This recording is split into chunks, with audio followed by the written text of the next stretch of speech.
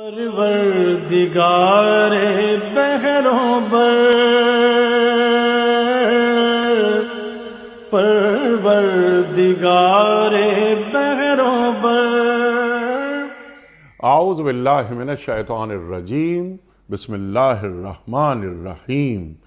ان اللہ وملائکتہ یصلون علی النبی یا ایہا الذین آمنوا صلوا علیہ وسلموا تسلیما۔ اللہم صلی علی سیدنا و نبینا و شفیعنا و مولانا محمد وعلی آل محمد وبارک وسلم۔ محترم خواتین و حضرات، السلام علیکم۔ پیام صبح کے ساتھ ایک بار پھر حاضر میں ہوں آپ کا میزبان انیق احمد۔ خواتین و حضرات، جمعہ اور ہفتہ 2 دن سوال و جواب کے لیے ہوتے ہیں، آپ اور ہم جانتے ہیں۔ ان 2 دنوں میں ہم کیا کرتے ہیں کہ ہم آپ کی جانب سے آئے ہوئے سوالات یکجا کر کے اپنے عہد کے ایک جید مفتی صاحب کی خدمت میں رکھتے ہیں تاکہ ان سے حاصل کیا جائے اپنے مسائل کا حل قرآن و سنت کی روشنی میں۔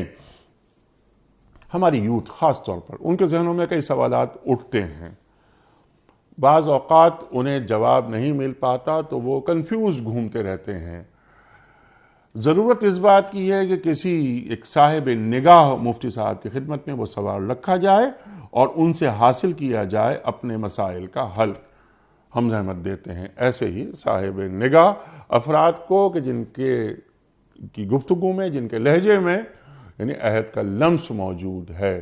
ایک دنیا کو انہوں نے دیکھا بہت قریب سے، آج کے جدید مسائل وہ بھی جانتے ہیں۔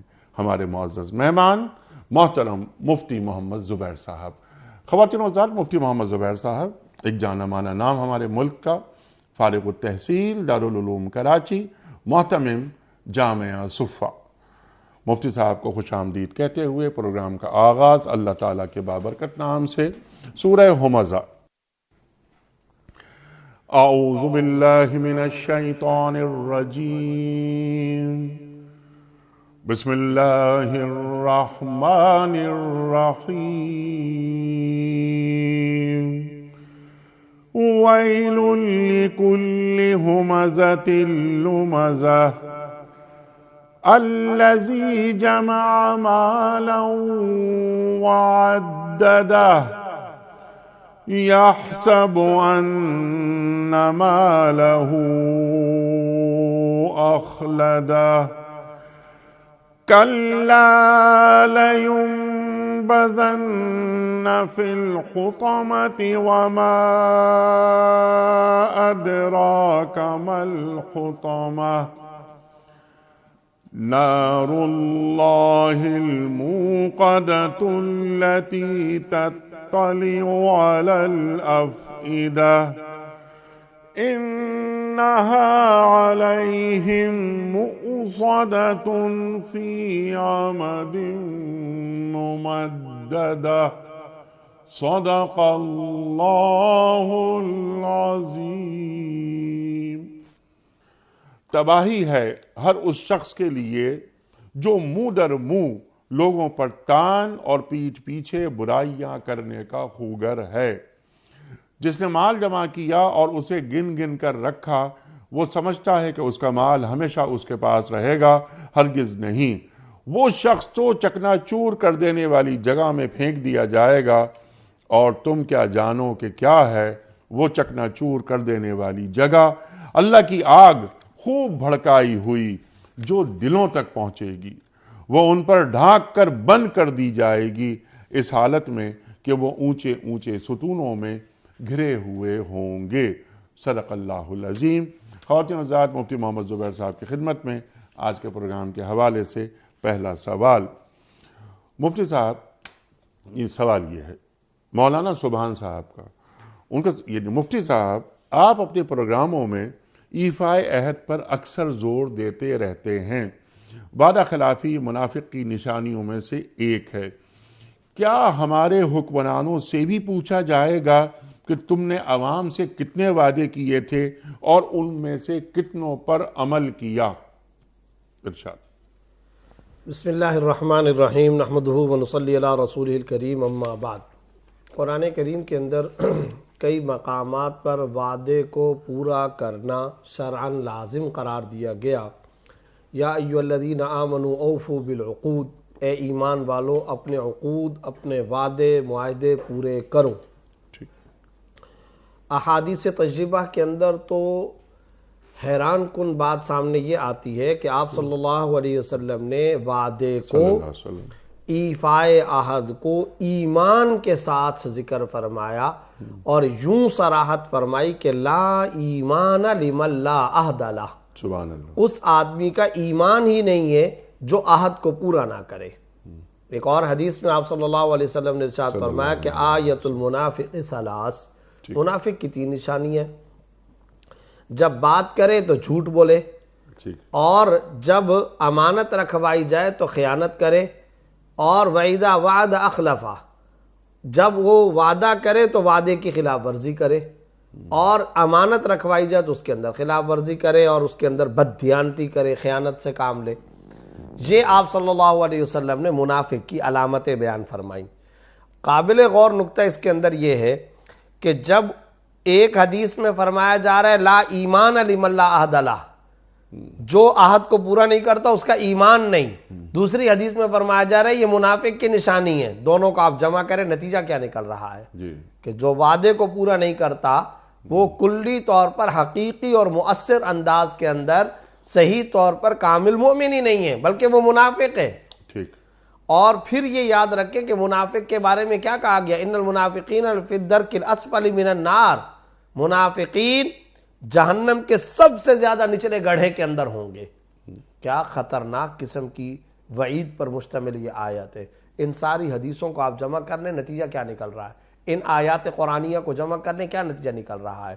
تو اس لیے یہ بات ذہن کے اندر رکھنی چاہیے کہ وعدہ پورا کرنا نہ صرف یہ کہ اچھے اخلاق میں سے ہے، نہ صرف یہ کہ اس کو کوئی شخص یہ سمجھے کہ یہ اضافی اخلاق حسنہ یا اخلاق کریمہ کا ایک جز ہے، نہ، ارے بھائی یہ ایمان کا ایک حصہ ہے، شطر الایمان، جزو ایمان، لازمہ ایمان ہے، اور یہ ایمان کا ایک ایسا جزو لا ینفک ہے کہ جس کے بارے میں آپ صلی اللہ علیہ وسلم یہ ارشاد فرما رہے ہیں کہ اگر کسی کے اندر یہ صفت نہیں ہے تو اس کو اپنے ایمان کی، اپنے کلمے کی اور اپنے دین کی اور اپنے اسلام کی فکر کرنی چاہیے کہ اس کے اندر یہ دین موجود بھی ہے یا نہیں۔ ایک حدیث کے اندر آتا ہے کہ ایک مرتبہ آپ صلی اللہ علیہ وسلم کہیں تشریف لے جا رہے ہیں اور ایک یہودی، اور بعض روایات سے پتہ چلتا ہے کوئی غیر مسلم، وہ آپ صلی اللہ علیہ وسلم کے ساتھ کہیں جا رہا، تو ایک موقع ایسا آیا کہ اس نے یہ کہہ دیا کہ آپ ذرا رکیں میں آتا ہوں، آپ ذرا رکیے میں آتا ہوں۔ آپ صلی اللہ علیہ وسلم نے اقرار کر لیا، فرمایا ٹھیک ہے، جیسے کوئی بات کرنے والا ہوتا ہے اچھا ٹھیک ہے۔ روایات کے اندر آتا ہے بعض روایتوں میں 3 ساعہ کا، بعض روایتوں کے اندر 3 دن کا، کہ آپ صلی اللہ علیہ وسلم وہیں پر رکے رہے اور وہ گیا اور پھر وہ نہیں آیا، اور پھر 3 دن کے بعد جب وہ آیا یا 3 ساعات کے بعد جب آیا تو آپ صلی اللہ علیہ وسلم نے صرف اتنا جملہ فرمایا، اے شخص تم نے مجھے تکلیف میں مبتلا کر دیا۔ رونگٹے کھڑے کر دینے والا واقعہ ہے، کہہ لینا بڑا آسان ہے، زبانی بیان کر دینا بہت آسان ہے، منبر پر یا دوران خطبہ آپ ذکر کر دو نمازیوں کے اندر بہت آسان ہے، کوئی عمل تو کر کے دکھائے۔ 3 دن ایک جگہ پہ کھڑے ہونا، کسی نے کہا بھی یا رسول اللہ آپ نے وعدہ تو نہیں کیا تھا، فرمایا ہاں وعدہ تو نہیں کیا تھا لیکن میں نے چونکہ ایک مرتبہ اقرار کر لیا یا میں نے کہا اچھا ٹھیک ہے، تو ایک طرح سے یہ شکل وعدہ ہو گئی، وعدہ نہیں ہے، وعدے کی شکل ہو گئی ہے، ایگریمنٹ نہیں ہے لیکن ایک ایگریمنٹ کی ایک حیت اور صورت بن گئی، تو میرے شایان شان یہ ہے کہ میں وعدے کی شکل کو بھی پورا کروں۔ سیرت طیبہ اور اسوہ حسنہ سے ہمیں یہ درس مل رہا ہے۔ اس لیے یہ ساری تعلیمات 2 قوموں کے بارے میں، ایک اجتماعی بارے میں، ایک انفرادی بارے میں، یہ ساری کی ساری تعلیمات۔ لیکن اب جو آپ نے سوال کے اندر فرمایا کہ مولانا صاحبان محمود صاحب، مولانا سبحان صاحب جنہوں نے یہ سوال کیا ہے وہ حکمران کے وعدے کے بارے میں کہہ رہے، تو یاد رکھیے کلام الملوک کی ملوک الکلام، بادشاہوں کا جو کلام ہوتا ہے وہ کلاموں کا بھی بادشاہ ہوتا ہے، ان کی ذمہ داریاں زیادہ، منصب زیادہ حساس نازک، اس لیے ان پر اپنے وعدے کو پورا کرنا تو شرعاً اور زیادہ لازم واجب ہو جاتا ہے۔ کیوں؟ اس کی وجہ یہ ہے کہ ایک آدمی کا وعدہ ہوتا ہے انیق صاحب فعل لازم، اور ایک آدمی کا وعدہ ہوتا ہے فعل متعدی۔ فعل لازم کا مطلب کیا ہے؟ اس کا فائدہ خود اس کی ذات تک ہے یا دو بندوں کی حد تک ہے. لیکن اگر ایک آدمی حکمران بن رہا ہے اور وہ وعدہ کر رہا ہے اور حکمران بنتا ہے، وعدہ کرتا ہے، اب اس کا نفع یا اس کا نقصان بہت بڑے طبقے کو پہنچے گا، پوری مملکت کو پہنچ رہا ہے، اسٹیٹ اور ریاست کو پہنچ رہا ہے، ملکوں کو پہنچ رہا ہے. اجتماعی اور انفرادی طور پر کہاں کہاں اس کے دور رس قسم کے پائیدار اثرات مرتب ہونے والے. اب ایسی صورتحال کے اندر اگر حکمران وعدے کی خلاف ورزی کرتا ہے، انتہائی حرام کام ہے، انتہائی ناجائز کام ہے. اور میں چونکہ سیاسی آدمی نہیں ہوں تو کہیں بات سیاست کی طرف نہ چلی جائے، لیکن میں یہ بات ضرور کہنا چاہتا ہوں، میرا درد دل ہے، صرف حکمرانوں کا معاملہ نہیں، ہمارے تمام کے تمام سیاست دانوں کی اللہ ماشاءاللہ یہی صورتحال ہے. اور وہ کیا نظر آتا ہے دوران الیکشن؟ ذرا آپ ان کی گفتگو سنیے، الیکشن کمپین کے دوران میں ان کی بات سنیے، کارنر میٹنگز کے اندر ان کی بات سنیے. حیرانگی ہوتی ہے کہ کیا وعدے کر رہے ہیں، اور کل کو جب اللہ تعالیٰ اقتدار دیتا ہے تو ان میں سے کسی وعدے کو پورا نہیں کر رہے. اور پھر سب سے بڑے افسوس کی بات یہ ڈھٹائی ہے اس کے اوپر. اور اس کو نعوذ باللہ آج کے دور میں اس جمہوری سیاست کے اندر فنکاری سمجھا جاتا ہے. یہ سمجھتے ہیں کہ یہ تو ہماری ماہرانہ رائے تھی جو ہم نے پیش کر دی، اور دیکھو ہم نے کیسے چکما دے دیا، کیسے ہم نے نعوذ باللہ کہا جاتا ہے گولی فٹ کر لی. کوئی کسی کو گولی فٹ نہیں کرتا، کوئی کسی کو دھوکہ نہیں دیتا، ہر انسان اپنے آپ کو خود دھوکہ دیتا ہے. یہ تو اس ریاست کی بات وغیرہ جو آپ نے اشارہ فرمایا، لیکن من حیث المجموع مسلمان ریاستوں کے حکمران جو کلمہ طیبہ کا ورد کرتے ہیں نا، جو اپنا رابطہ جوڑتے ہیں، اپنا تعلق اللہ سے اور اللہ کے رسول صلی اللہ علیہ وآلہ وسلم سے جوڑتے ہیں، بلکہ اس جوڑ پر، اس تعلق پر فخر محسوس کرتے ہیں، تو کیا ان سے نہیں پوچھا جائے گا کہ تم نے مسلمان حکمران کی حیثیت سے عوام سے وعدے کیے، کیا ڈیلیور کر سکے؟ کیوں نہیں پوچھا جائے گا؟ ان کے اوپر شدید ترین ذمہ داری ہے. فرات کے کنارے کتا پیاس سے مرتا ہے، خطاب کے بیٹے عمر سے پوچھا جائے گا. اور اگر میری مملکت اور ریاست میں کوئی بھوک سے مرتا ہے تو حضرت علی فرماتے ہیں مجھ سے پوچھا جائے گا. عمر بن عبدالعزیز فرماتے ہیں مجھ سے پوچھا جائے گا. حکمران ایک کرتے کا حساب دینے کے لیے بھی تیار کھڑا ہے، اور وہ جواب دہ ہے قوم کے سامنے. اور ایک صحابی کھڑے ہو کر کے پوچھتا ہے ہمارے حصے میں ایک کرتا، آپ کے حصے میں اتنا بڑا کپڑا کیسے آیا؟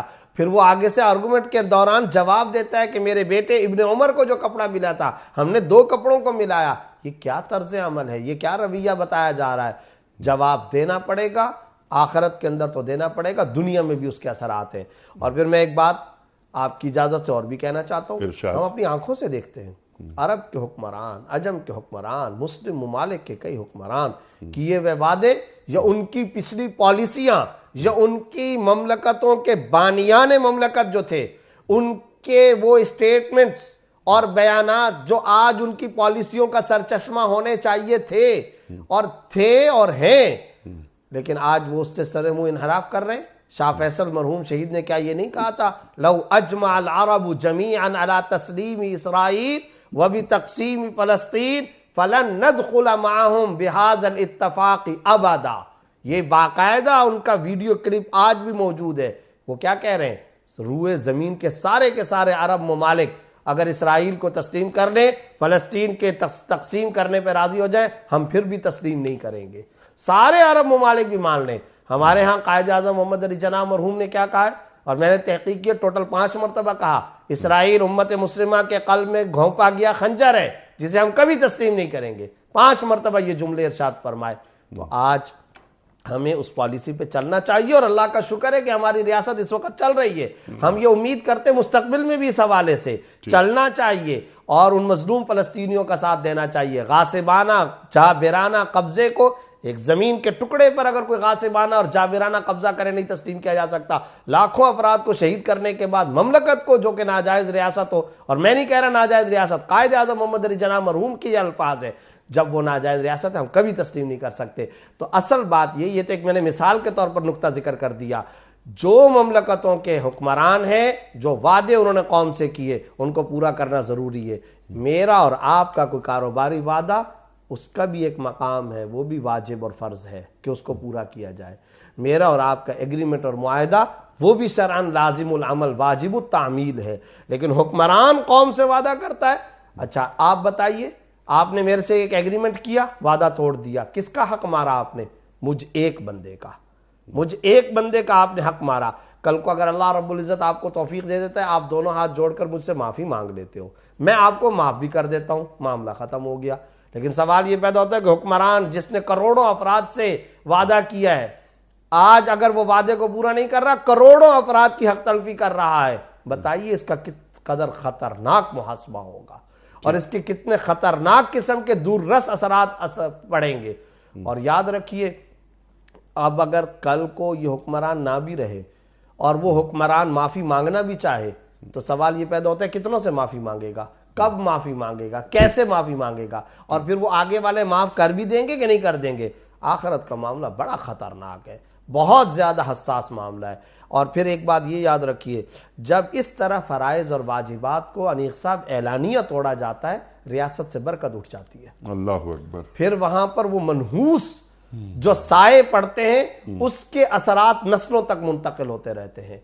ایک گھر کے اندر غلط کام کیا جائے، اثرات گھر کے اندر آتے ہیں، اور ایک پوری ریاست کے اندر غلط کام کیا جائے اور بڑے پیمانے پر کیا جائے.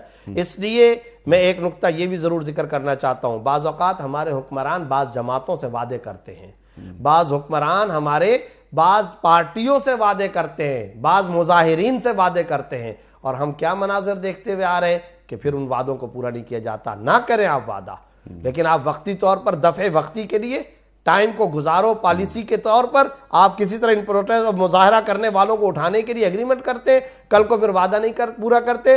یاد رکھیے، آپ کو معلوم ہے کہ آپ نے کیا خطرناک اثرات نئی نسل کے اندر پیدا کر دیے، سبق دے دیا آپ نے. کاہے کا وعدہ، کون سا وعدہ، اور کس کو پورا کیا جائے؟ تو یہ انتہائی غلط تربیت انڈیکیشن ہے. اس لیے اس کے اوپر ہمیں آنا چاہیے، حکمران وعدہ نہ کرے ہر صورت کے اندر اس کو پورا کرے، کٹیں مریں گلے سڑیں کوئی بھی شکل اور صورت ہو، لیکن اس وعدے کو پورا کیا جائے. یا ایھا الذین آمنوا اوفوا بالعقود. سبحان اللہ، سبحان اللہ. اور یا ایھا الذین آمنوا اوفوا بالعقود، یہ تو ایک عام مسلمان سے بات کہی جا رہی ہے. اور جو عادل حکمران اور ایفاء عہد کو نبھانے والا حکمران، تو اس کا مقام تو کچھ اور ہی ہے. وہ تو خاص اللہ کے عرش کے سائے میں جو 7 افراد ہوں گے اس میں عادل حکمران ہوگا. جی اللہ اکبر، اللہ اکبر. اور بڑی اہم بات، لیکن کیونکہ وقت یہاں ہمارے پاس کم ہے، اگلا سوال کی طرف چلتے ہیں. آپ نے جو بات فرمائی بہت اہم بات، کہ پھر برکتوں کا نزول رک جاتا ہے. بالکل ایسے پھر وہ جو آسمان سے رحمتیں آتی ہیں، برکتیں آتی ہیں، وعدہ خلافی اگر حکمران کی ہو تو پھر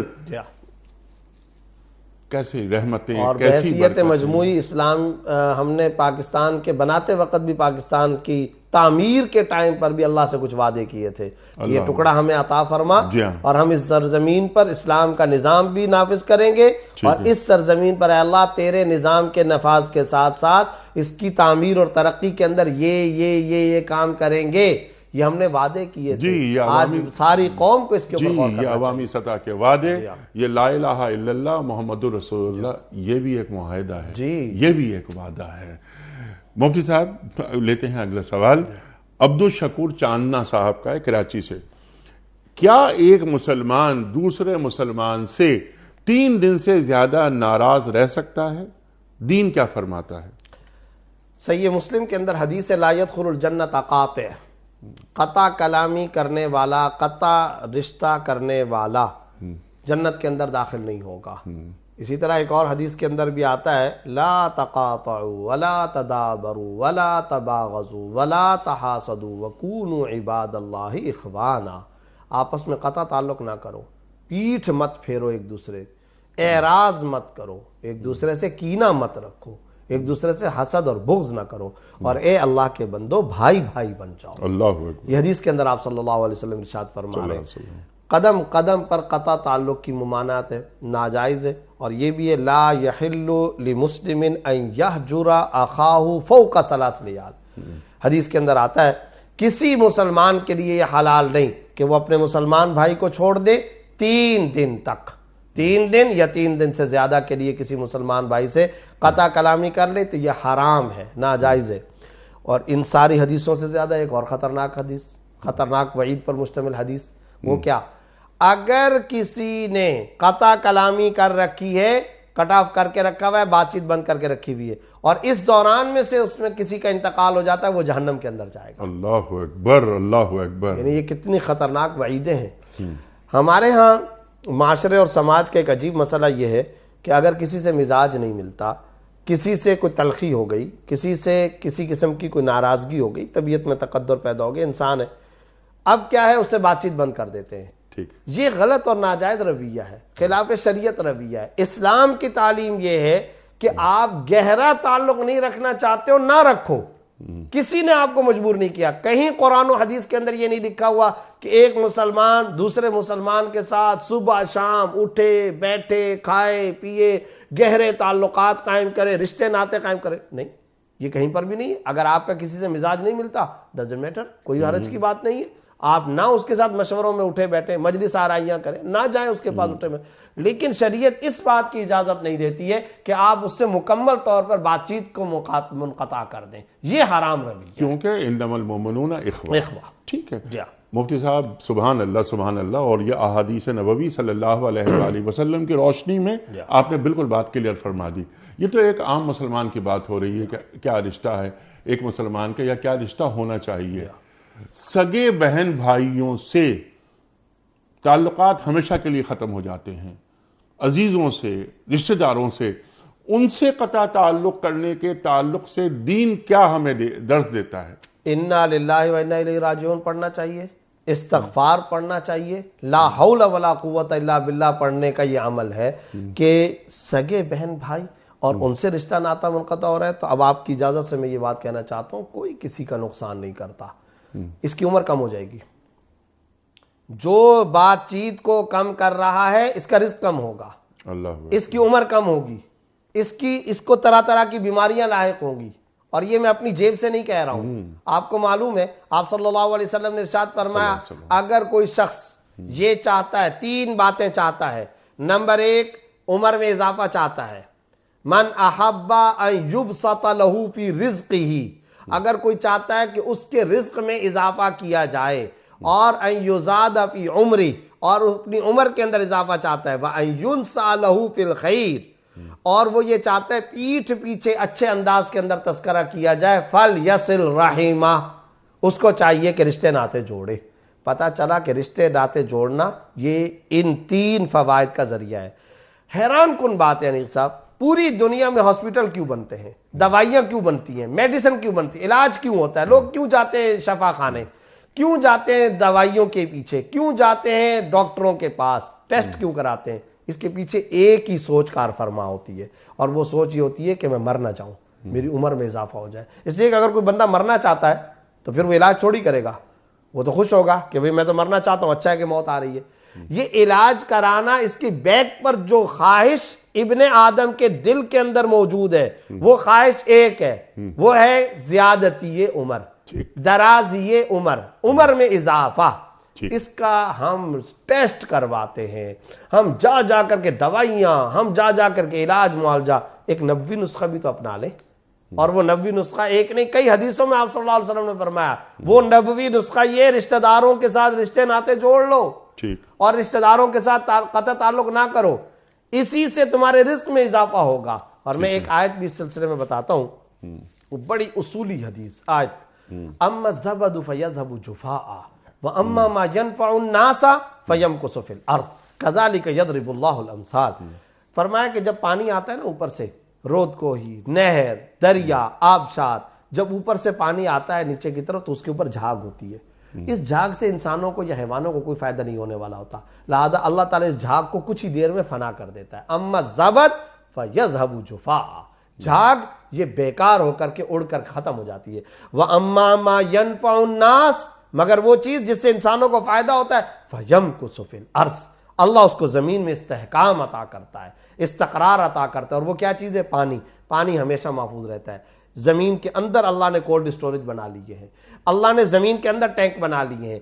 یہ جو پانی ہے اس سے جانوروں کو فائدہ، پودوں کو فائدہ، نباتات کو فائدہ، انسانی بقا ہے۔ وَجَعَلْنَا مِنَ الْمَاءِ كُلَّ شَيْءٍ حَيٍّ، ہم نے پانی سے ہر زندہ چیز کی زندگی اور بقا اور حیات رکھی ہے۔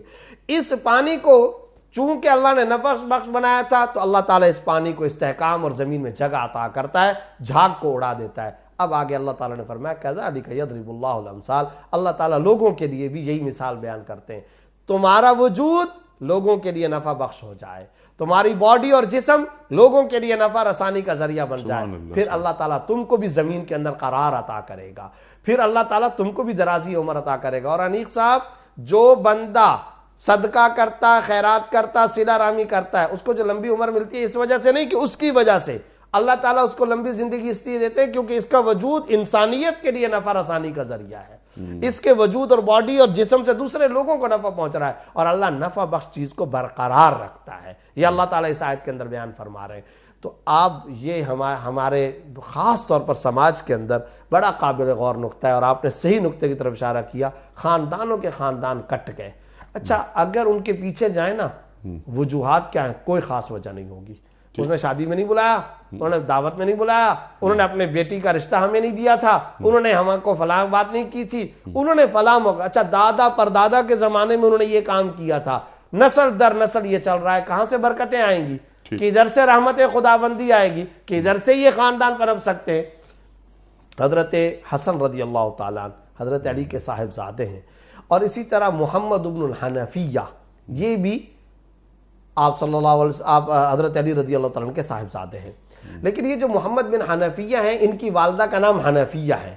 حضرت حسن رضی اللہ تعالیٰ کی جو بیوی زوجہ مکرمہ حضرت فاطمہ الزہرا سلام اللہ علیہا ان سے نہیں ہے، تو بات ہو جاتی ہے تھوڑی بہت، کوئی نہ کوئی بات، اس میں حضرت محمد بن حنفیہ اور حضرت حسن رضی اللہ تعالیٰ کے درمیان میں معمولی سی کوئی تنازع کی بات ہو گئی۔ اب جب ہو گئی تو ہوا یہ کہ محمد بن الحنفیہ نے حضرت حسن رضی اللہ تعالیٰ کی طرف خط لکھا اور کہا کہ دیکھیں، آپ صلی اللہ علیہ وسلم نے فرمایا جو بات چیت منقطع ہونے کی حالت میں ابتدا کر لیتا ہے نا، البادی بالسلام بری من الکبر، سلام میں ابتدا کرنے والا، بات چیت میں ابتدا کرنے والا تکبر سے بری ہوتا ہے، اور جو ابتدا کر لیتا ہے اللہ تعالیٰ اس کو جنت میں داخلہ پہلے عطا فرماتے ہیں۔ میں نے یہ حدیث نانا کی سن رکھی ہے، لیکن اگر میں پہلے آ گیا تو حنفیہ کا بیٹا حضرت فاطمہ الزہرا کے بیٹے سے فوقیت لے جائے گا، اور میں یہ نہیں چاہتا کہ حنفیہ کا بیٹا وہ آگے بڑھ جائے، اللہ اکبر، لہٰذا میرا خط ملے تو بھائی جان آپ آ جائیں۔ حضرت حسن رضی اللہ تعالیٰ نے خط پڑھا، بھائی تھے، روایات میں آتا ہے پگڑی بھی نہیں پہنی، جوتے تھے، جوتے بھی نہیں پہنے، توڑتے ہوئے چلے گئے اور جا کر کے بھائی کو گلے سے لگا اللہ دیا۔ اکبر، یہ ہے اصل اسوہ، یہ ہے اصل طریقہ کار۔ تو کون سی یہ بات کہ جناب چھوٹی موٹی باتوں کی وجہ سے، میں تو کہتا ہوں بڑی بات بھی ہو آپ کو، اچھا اس میں ایک اور نقطہ بھی ہے، آپ قطع تعلق نہ کریں، بات چیت کریں، رشتے ناتے جوڑیں، اس لیے نہیں کہ اس کا رویہ ایسا ہے، اس لیے نہیں، بلکہ اس لیے یہ کام کریں کہ آپ کو خود لمبی زندگی چاہیے، ٹھیک ہے، آپ کو اپنا مطلب پورا کرنا ہے۔ آپ کا اپنا مطلب کیا ہے؟ آپ رزق میں اضافہ چاہتے ہیں یا نہیں چاہتے؟ جب آپ رزق میں اضافہ چاہتے ہیں، جب آپ بھلائی کے ساتھ اپنا تذکرہ خیر چاہتے ہیں، جب آپ یہ چاہتے ہیں کہ آپ کی عمر کے اندر اضافہ ہو، تو پھر اس کا طریقہ یہی ہے، رشتے ناتے بالکل نہ منقطع کریں، رشتے ناتے جوڑیں، یہی نبوی ترغیب ہے۔ قرآن و حدیث جا بجا بھرے ہوئے ہیں ان ارشادات اور ترغیبات سے، اس لیے خاندانوں کے اندر آج پیام صبح کے پروگرام میں یہ سوال آیا، میں تمام ناظرین و سامعین سے یہ درخواست کرتا ہوں اس پروگرام کو عمل کی دنیا کے اندر بسائیں، لہذا جس خاندان کے اندر اس طریقے سے کٹ آف کیا ہوا ہے، آج کی ہماری اس گفتگو کو سن کر کے گلے لگائیے، تمام تنازع ختم کریں، بھائی بندی اختیار کریں، اخوت کا رشتہ قائم فرمائیں، اگلا کیا بیہیویئر دیتا ہے کیا نہیں دیتا اس کی پرواہ نہ کریں، آپ کو اپنے جنت میں جانا ہے، اپنے رب کو جواب دینا ہے، آپ کو اپنا مطلب حاصل کرنا ہے، اس لیے آپ اپنا یہ عمل فوری طور پر درست کریں اور فوری طور پر لوگوں کے ساتھ تعلقات کو بہتر بنائیں۔ سبحان اللہ، سبحان اللہ۔ اور اگر کچھ افراد یعنی رشتہ داروں میں کچھ افراد ایسے ہیں کہ جو غریب ہیں، ضرورت مند ہیں، تو ان کی مدد بھی کریں، بالکل کرنا چاہیے، ان کے سر پہ ہاتھ رکھیں کہ رشتہ دار ہیں ہمارے، دوسروں کے مقابلے میں وہ زیادہ قابل ترجیح۔ جی ہاں، اور جب گھر کے پروگرام ہو، شادی وغیرہ کے، تو ان کو ضرور شامل کریں، بالکل کرنا چاہیے، بالکل کرنا چاہیے، یہ ان کا حق ہے ان کے اوپر۔ سبحان اللہ۔ نصیر صاحب ہیں لاہور سے، سوال یہ ہے، سمپل سوال، پہلے بھی کئی دفعہ آ چکا ہے کہ مفتی صاحب بغیر وضو کے اذان ہو سکتی ہے یا نہیں؟ ہو جاتی ہے بغیر وضو کے، اگر کوئی اذان دے گا تو شرعاً اذان کا فریضہ ادا ہو جائے گا، اذان درست ہو جائے گی۔ البتہ بہتر اور افضل یہ ہے کہ اذان ایک اتنا پیارا مبارک اور مسنون عمل یہ کر رہا ہے تو باوضو ہو کر کے دے گا تو زیادہ اچھی بات ہے، لیکن اگر بغیر وضو کے بھی اذان دے گا اذان ہو جائے گی۔ بغیر وضو بھی اذان دے گا تو اذان ہو جائے گی، لیکن بغیر وضو نماز نہیں ہو کبھی سکتی، بھی نہیں، اس کا تو تصور نہیں ہے۔ کبھی بھی نہیں ہو سکتی۔ یعقوب عباس صاحب تنزانیہ سے سوال ان کا یہ ہے کہ ہمارا جیولری کا کام ہے، کئی مسیحی بھائی ہم سے سونے چاندی وغیرہ کی سلیب بنوانے کا کام دیتے ہیں ہمیں، کیا یہ کام کرنا ہمارے لیے شرعاً جائز ہے؟ ناجائز ہے، خاص طور پر جو دوسرے مذاہب کے مذہبی نشانات ہیں اچھا، ان کی مرمت کرنا، ان کو بنانا، ان کی خرید و فروخت کرنا، ان کو بیچنا سب ناجائز ہے، اور اس کی آمدنی بھی جائز نہیں ہوگی۔ اچھا، اس چیز کی جو آمدنی ہوگی وہ بھی حرام ہوگی۔ صلیب کا ظاہر ہے کہ نشان بنانا بالکل غلط ہے۔ اب اگر کوئی ان کے پاس آتا ہے اور جیولری کا یہ کام کرتے ہیں کہ ہمیں سونے کی صلیب بنا کر کے دے دو، یا تانبے کی یا چاندی کی کسی بھی دھات کی، تو یہ ناجائز ہے، اور اس طرح کا کام کرنا بھی جائز نہیں ہے۔ مذہبی نشانات جو ان کے ہوں گے وہ خلاف شریعت ہیں ظاہر ہے، اور خلاف شریعت اور خلاف اسلام تصورات پر مشتمل ہے، اس لیے اس طرح کا کام کرنا بھی جائز نہیں اور اس کی آمدنی بھی جائز نہیں ہے۔ سبحان اللہ، سبحان اللہ۔ حبیب صاحب ملتان سے سوال ان کا یہ ہے کہ ہمارے ایک پڑوسی کا انتقال ہو گیا، اس کے بچوں میں سے 2 بچے چھوٹے ہیں، میں نے میراث میں سب کو حصہ دلانے کا کردار ادا کیا ہے۔ اب سوال یہ ہے کہ جو نابالغ یتیم بچے ہیں ان کے پاس بھی کافی رقم آئی ہے، کیا انہیں نابالغ بچوں کو بھی اپنی رقم پر زکوٰۃ دینی ہوگی؟ اس سوال کا جواب یہ ہے کہ ہمیشہ یہ ذہن میں رکھنا چاہیے کہ زکوٰۃ ایک عبادت ہے، جیسا کہ قرآن کریم میں اللہ رب العزت نے فرمایا اقیموا الصلاۃ وآتوا الزکاۃ، اور آپ کو معلوم ہے کہ جب یہ زکوٰۃ ایک عبادت ہے، ایک فریضہ ہے، تو فریضہ مکلف پر واجب ہوتا ہے، غیر مکلف پر نہیں، اور جو نابالغ ہوتا ہے اس کے اوپر جیسے نماز فرض نہیں، نابالغ پر جہاد فرض نہیں، نابالغ پر حج فرض نہیں، اسی طریقے سے نابالغ پر زکوٰۃ بھی فرض نہیں۔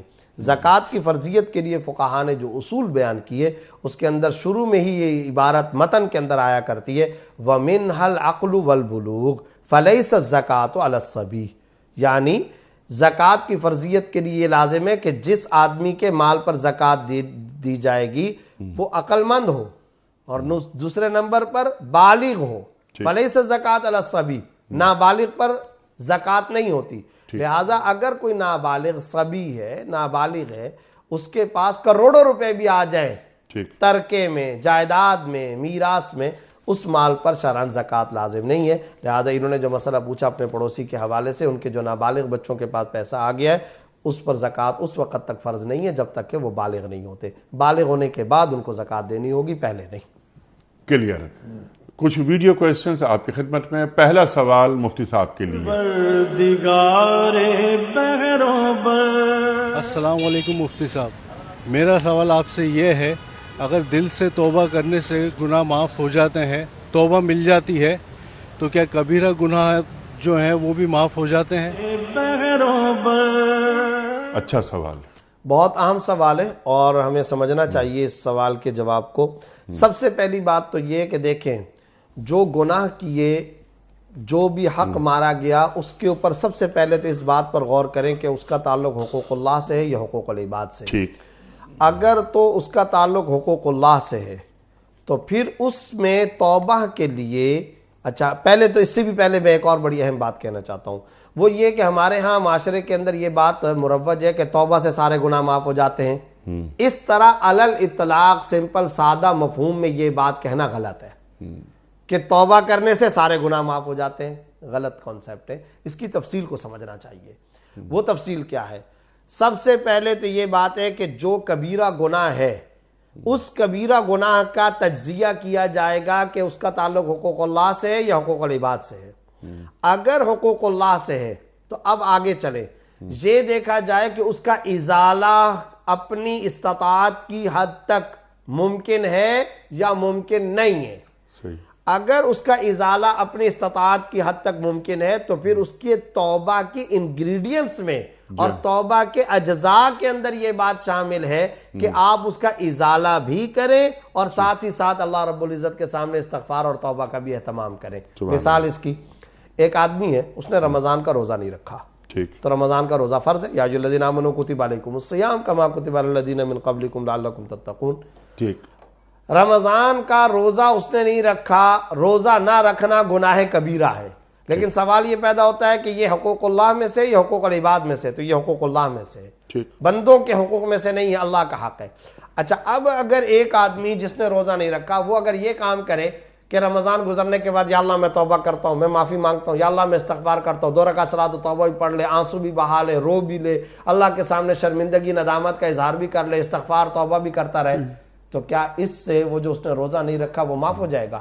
ہرگز معاف نہیں ہوگا. ٹھیک، اس کا ازالہ اس حد تک تمہارے بس میں ممکن ہے کہ تم اس روزے کی قضا کرو. تو بھائی توبہ کے لیے یہ لازم ہے کہ ایک تو تم یہ کام کرو کہ روزے کی قضا کرو اور ساتھ ساتھ میں توبہ کرو. روزے کی جگہ پر روزہ آ جائے گا، آپ نے روزہ چھوڑا تھا، اب اس کے ریپلیسمنٹ کے اندر اس کے متبادل اب آپ نے روزے کی قضا کر لی، یہ صحیح کام ہو گیا. اب سوال یہ پیدا ہوتا ہے، بعض لوگ یہ سوچ سکتے ہیں پھر توبہ ہم کیوں کر رہے ہیں؟ بھائی توبہ اس لیے کر رہے ہیں کہ یہ روزہ آپ کو رمضان میں رکھنا تھا، آپ نے وقت پر یہ فریضہ ادا نہیں کیا اور وہ وقت دوبارہ لے کر آنا آپ کی استطاعت میں نہیں ہے. اور یہ روزہ بھی اس روزے کی جگہ نہیں لے سکتا. اصل یہی ہے کہ اس کی جگہ نہیں لے سکتا، کیونکہ آپ صلی اللہ علیہ وسلم نے ارشاد فرمایا، یہ بات حدیث کے اندر آتی ہے، کوئی رمضان کا ایک روزہ اگر چھوڑ دے، زمانہ بھر بھی روزے رکھتا رہے، یہ اس کا ریپلیسمنٹ نہیں ہو سکتا. لیکن جس حد تک ممکن ہے، جیسا کہ میں نے لفظ کہا، اب کیا ہے، ایک تو آپ نے یہ کرنا ہے فل ان دا بلینک، خالی جگہ کو پر کرنا ہے، وہ جو روزہ آپ نے چھوڑا تھا اس کی جگہ پر آپ نے روزے کی قضا کرنی ہے. اچھا، یہ کام روزہ آپ قضا کریں یہ آپ کی استطاعت میں تھا، لیکن اس ٹائم کو لے کر کے آنا آپ کے لیے ممکن نہیں تھا، لہٰذا اب اس کے لیے آپ کو زبان سے، دل سے ندامت اور شرمندگی کے ساتھ توبہ اور استغفار کرنا ہوگا. تو اب پتہ چلا کہ توبہ کے بارے میں اگر حقوق اللہ سے متعلق وہ گناہ ہے تو جہاں تک ازالہ ممکن ازالہ کرو، اور ساتھ ہی ساتھ آپ کو کیا کام کرنا ہے، اس کی قضا بھی کرنی ہے. یہی مثال نماز کے اندر بھی ہے اور یہی مثال حج میں بھی. جزاک اللہ. اب آ جاتے اچھا، اور ایک مثال. اچھا، اب یہ کہ جو زکوٰۃ ہے اس میں بھی یہی بات ہے. اس میں بھی یہی بات ہے. ایک آدمی 10 برس سے زکوٰۃ نہیں دے رہا، اچھا اس کو خیال ہی نہیں تھا کہ مجھے زکوٰۃ بھی دینی ہے. ایسے سوالات آپ کے پاس تو بہت آتے ہوں گے، ہمارے پاس تھوڑے سے آ جاتے ہیں کہ میرے ذہن میں نہیں آئی یہ بات کہ زکوٰۃ بھی دینی ہے، تو اب میں کیا کروں؟ تو وہ 10 برس کی زکوٰۃ بھی ادا کرے گا اور اللہ سے توبہ بھی کرے گا. جزاک اللہ. صرف اور صرف زبان سے توبہ توبہ توبہ کرتا رہے ایسا نہیں ہوگا. زکوٰۃ کے بارے میں یہ پچھلے 20 سال کی نہیں دی ہے، عورت نے زیورات کی زکوٰۃ نہیں دی، مرد نے اپنے پیسے اکاؤنٹ وغیرہ کی زکوٰۃ نہیں دی ہے، مال تجارت کی اور اپنے بزنس پیسے کی دی.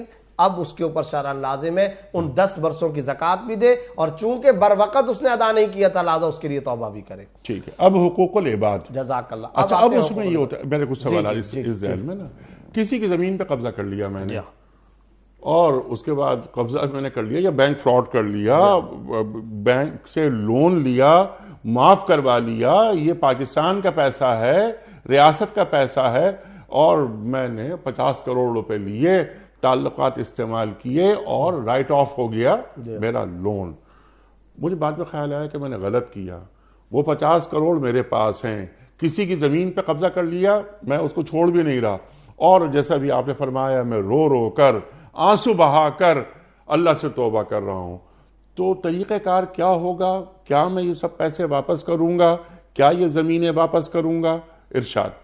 یہ بندہ بیٹھا ہوا مصلی پہ رو رو کر کے توبہ توبہ کر رہا ہے، معافی مانگ رہا ہے، اس سے تو یہ گناہ کیا معاف ہونا ہے؟ یہ شہید بھی ہو جائے تب بھی گناہ معاف نہیں ہوگا. اللہ اکبر. یہ حج بھی کر لے تب بھی گناہ معاف نہیں ہوگا. آپ صلی اللہ علیہ وسلم نے کیا ارشاد فرمایا؟ جب کوئی شہید ہوتا ہے خدا کے راستے میں، شہید فی سبیل اللہ، خون کا پہلا قطرہ گرتا ہے، سارے کے سارے گناہ معاف ہو جاتے ہیں، الا الدین، مگر قرضہ معاف نہیں ہوتا. تو اب یاد رکھیے، کسی نے مال غصب کیا، ڈاکہ مارا، قرضہ لے رکھا ہے، پیمنٹ اس نے نہیں ادا کی ہے، مزدور کام کرتا تھا، تنخواہ نہیں دی ہے، کسی کا حق تھا نہیں دے رہا، قرضہ لیا ہوا تھا نہیں دے رہا، یہ سارے کے سارے حقوق العباد ہیں. ان کی معافی اس وقت تک نہیں ہو سکتی جب تک کہ 3 کام نہ کرے. پہلا کام، جس کی جو چیز تم نے لی ہے وہ اس کو ادا کرو. ٹھیک. آسمان پر خدا راضی نہیں ہوگا جب تک کہ اس کو زمین ادا نہیں کرو. زمین اس کی ہتھیائی ہوئی ہے, معافی اللہ سے مانگتے ہو. عجیب و غریب طریقہ ہے. حق تم نے اس کا مارا ہوا ہے, تم وہاں پر مسلح پر اللہ تعالیٰ کو راضی کرنے کی کوشش کر رہے ہو. یہ اللہ کا قانون ہے, یہ اللہ کا قانون ہے, شریعت بیان ہو رہا ہے. تو پہلا کام آپ کو یہ کرنا ہے, جس کا پیسہ لوٹا ہے اس کو دو, جس کا حق مارا ہے اس کا حق اس کو دو. زمین دو, پیسہ دو, پیمنٹ دو, تنخواہ دو, اجرت دو, جو قرضہ لیا ہے وہ ادا کرو. پہلا کام. دوسرا کام یہ کرنا ہے کہ یہ کام جب آپ نے لوٹ مار کی تھی تو اللہ کے حکم کو بھی تو توڑا ہے نا آپ نے. اب اللہ تعالیٰ سے معافی بھی مانگو, یا اللہ میں نے ایک حرام کام کیا تھا, تیرے حکم کو بھی میں نے توڑا ہے. اس پر اب آپ کو رو رو کر کے اللہ کے سامنے گڑ گڑانا ہے, آہوزاری کرنی ہے, توبہ اور استغفار کرنا ہے. تیسرے نمبر پر آپ نے یہ کام کرنا ہے, اس بندے کو ذہنی اذیت بھی دی ہے آپ نے, اس کی معافی اس بندے سے بھی مانگنی ہے. صرف جا کر کے پیسے نہیں ادا کر دینے, اس کی معافی بھی مانگنی ہے کہ میں نے آپ کو ذہنی ٹارچر کیا, میں نے آپ کو تکلیف پہنچائی, میں اس کی معافی بھی آپ سے مانگتا ہوں. جب تک یہ تین کام نہیں ہوں گے حقوق العباد سے متعلق کوئی گناہ آپ کا معاف نہیں ہوگا. یہ تینوں کام کرنا آپ کو ضروری ہے. البتہ ایک معاملہ ایسا ہوتا ہے حقوق العباد میں سے کہ جس کا ازالہ ممکن نہیں ہوتا. مثال کے طور پر اب کیا کریں گے, اس کے بارے میں تو کچھ کر نہیں سکتے. کسی نے کسی کو ناجائز گالی دے دی ہے, غصہ کر لیا ہے, اب اس کے بارے میں کیا کر سکتا ہے؟ اس کے بارے میں جس کا ازالہ ممکن ہے, اب یہ کوئی پیسے کی چیز تو نہیں تھی کہ پیسہ جا کر دے دے, یہ کوئی سواری تو نہیں لوٹی ہوئی تھی, موبائل تو نہیں چھینا ہوا تھا کہ وہ جا کر کے اس کو دے دے, تو گالی اس نے دی تھی یا ناجائز غصہ کیا تھا. اب اس کے بارے میں اس کو کرنا یہ ہے کہ یہ جا کر کے اس بندے سے معافی مانگے گا. اللہ آسمان پر اس وقت تک معاف نہیں کرے گا جب تک کہ یہ بندے سے اپنے حق کو معاف نہ کروا لے. جب یہ ساری تفصیل ہے تو خدا را توبہ کے بارے میں اس پوری تفصیل کو سمجھنا اور ذہن میں رکھنا ضروری ہے. ہمارے ہاں لوگوں نے کیا معاملات شروع کر رکھے, وہ یہ سمجھتے ہیں کہ جب حج پر جائے گا تو سارے گناہ کبیرہ معاف ہو جائیں گے. یقیناً معاف ہوتے ہیں, مگر کون سے گناہ؟ وہ گناہ معاف ہوتے ہیں جو حقوق اللہ سے تعلق رکھتے ہیں, اور حقوق اللہ سے وہ گناہ جو تعلق رکھنے والے جن کا بھی ازالہ بھی کسی صورت کے اندر ممکن نہیں ہے.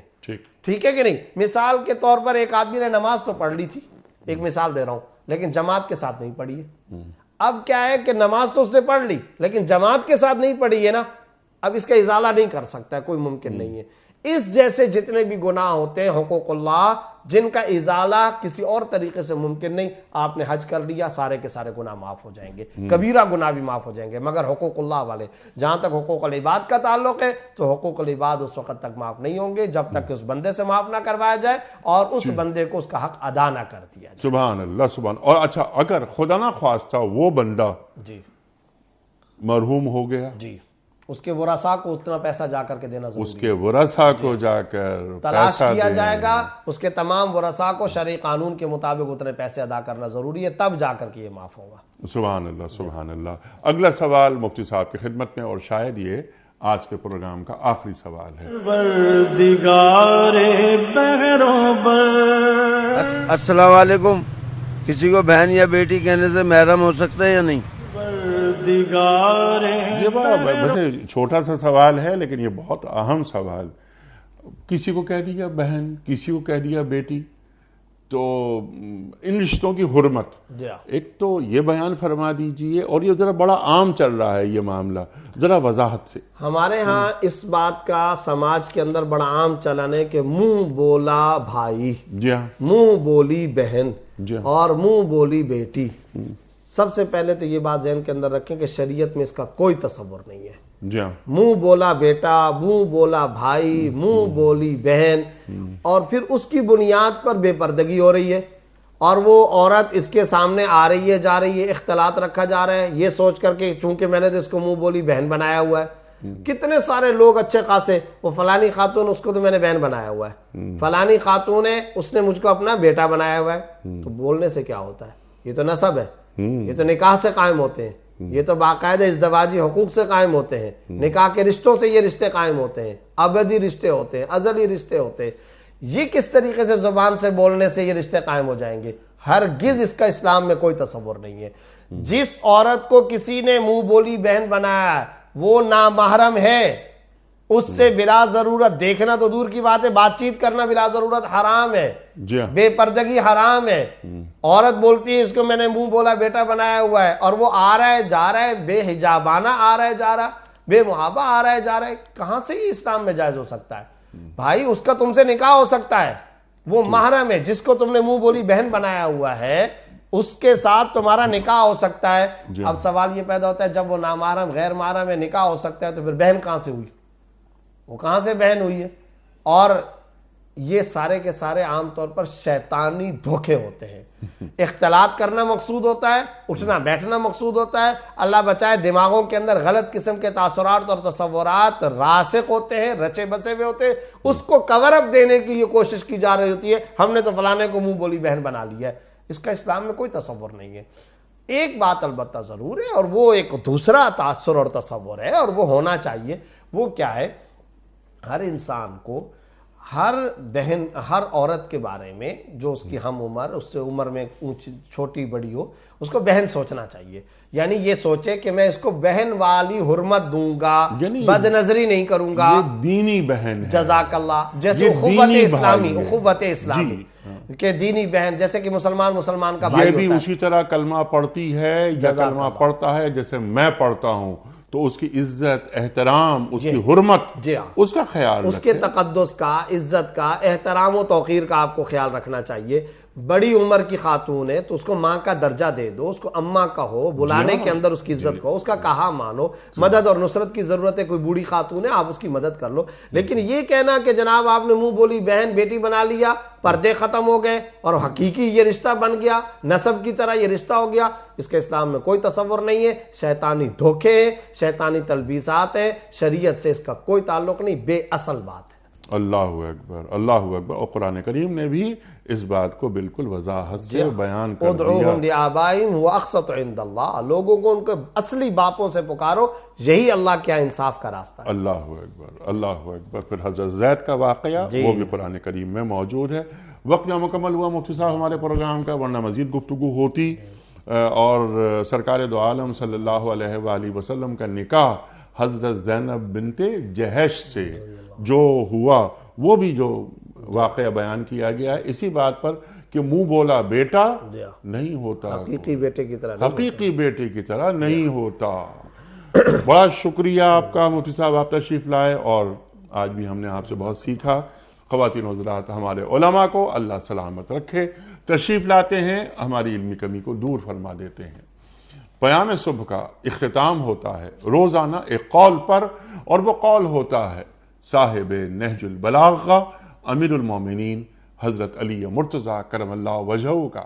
آپ فرماتے ہیں کہ نیک اعمال سے درجات بلند ہوتے ہیں، نیک اعمال سے درجات بلند ہوتے ہیں. سبحان اللہ، سبحان اللہ. اپنے میزبان انیق احمد کو کل تک کے لیے اجازت دیجیے. خدا حافظ.